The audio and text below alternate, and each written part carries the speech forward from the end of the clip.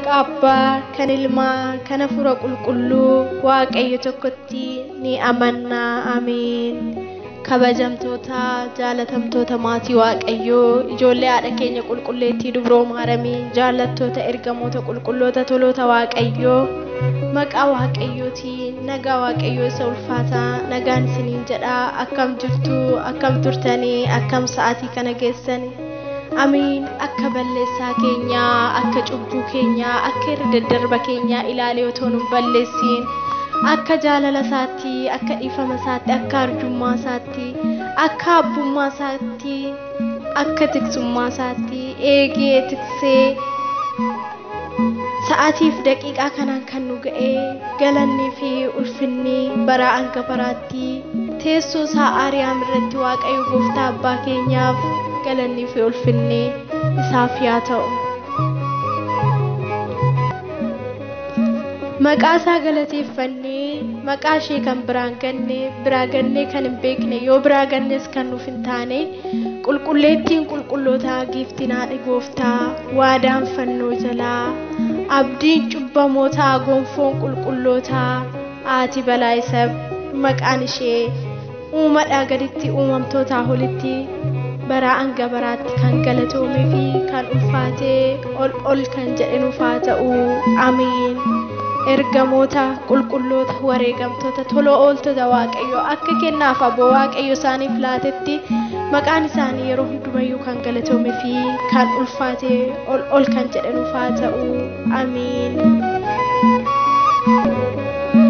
Bagaa ayyaana haadha keenya qulqulleettii Dubroo Maaramii waggaadhaan yaadatamee ooluun isin ga'ee baga walumaan nu ga'ee eebbi araarsummaan haadha keenya qulqulleettii Dubroo Maaramii kadhannaan ishee yeroo hundumayyuu hunduma keenya waliin yaa ta'u jechaa anis beekee osoo hin ta'in afaan kiyya cubbamaa fi laphee kiyya dadhabaa kanaan walaloo gabaabduu mata dureen maalumaaf gungumuu kan jedhu isiniif dubbisaa haga xumura walaloo kiyyaatitti akkana waliin turtan maqaa Waaqayyootiin an isin gaafadha.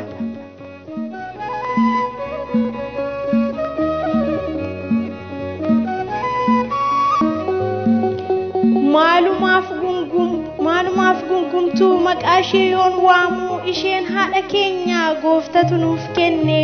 Wangeela Isaayyaas boqonnaa 60 lakkoofsa 14 isinoo nu banne durbeedhaaf sagadu nutoon dogoggorre durbeedhaaf sagadu nutoon dogoggorre. Warri si tuffatan miilla keetti kufuu kophee miilla keetii gajja'anii arraabu kan jedhee dubbate Isaayyaas qulqulluun dogoggoran qabu kan jedhee dubbate Isaayyaas qulqulluun dogoggoran qabu.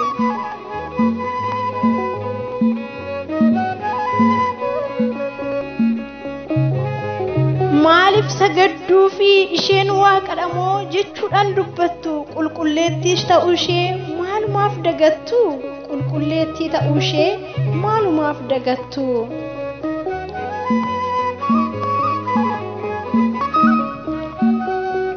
Nutoosi jaallannaa waa'ee kee dubbannaa waa'ee gaarummaa kee akkamiin ibsinaa jecha silaan qabnu ulfaadhu siin jenna jecha silaan qabnu ulfaadhu siin jenna. Riqicha jireenyaa yaa furtuu jannataa waa'ee cubbuu isaaf hunduu si waammataa garaa hin jabaattu hundumaaf kadhatta wabii guyyaa rakkoo si dhagarraamiin koo wabiin guyyaa rakkoo si dhagarraamiin koo.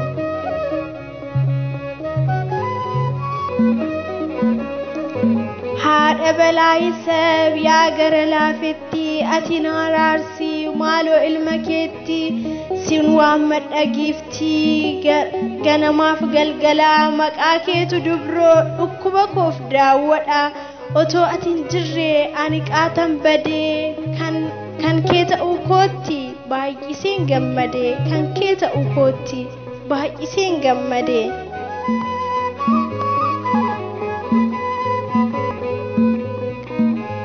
Oolmaa ati naaf ooltee akkamiinan dagadhaa waa'ee arjummaa keetu tuttuqee na kaasaa gatamee tan ture cubbuudhaan xuraa'ee kadhannaa keetinan kunoo nama ta'ee kanaafan si faarsaa ililleedhaan ka'ee kanaafan si faarsaa ililleedhaan ka'ee.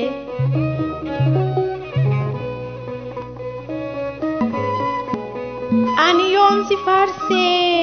yoon si faarsee orma maaltu gubee sitti siqeen baruu jaalala kee durbee santaayee quba sitti siqeen baruu jaalala kee durbee kagama santaayee quba sitti qabu.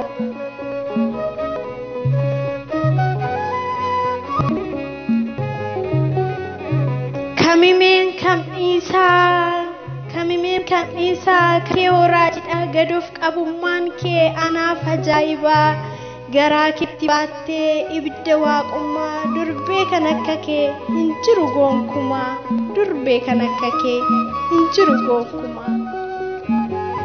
Kakaasee kan na jalqabsiisee kan na xumursiisee galanni abbaaf galanni ilmaaf galanni hafuura qulqulluuf baraan gabaraatti haa ta'u amiin. Eebbi araarsummaan kadhannaan haadha keenya dubroo maariyaamii hunduma keenya irra oolee haa bulu hanga bara baraatti amiin.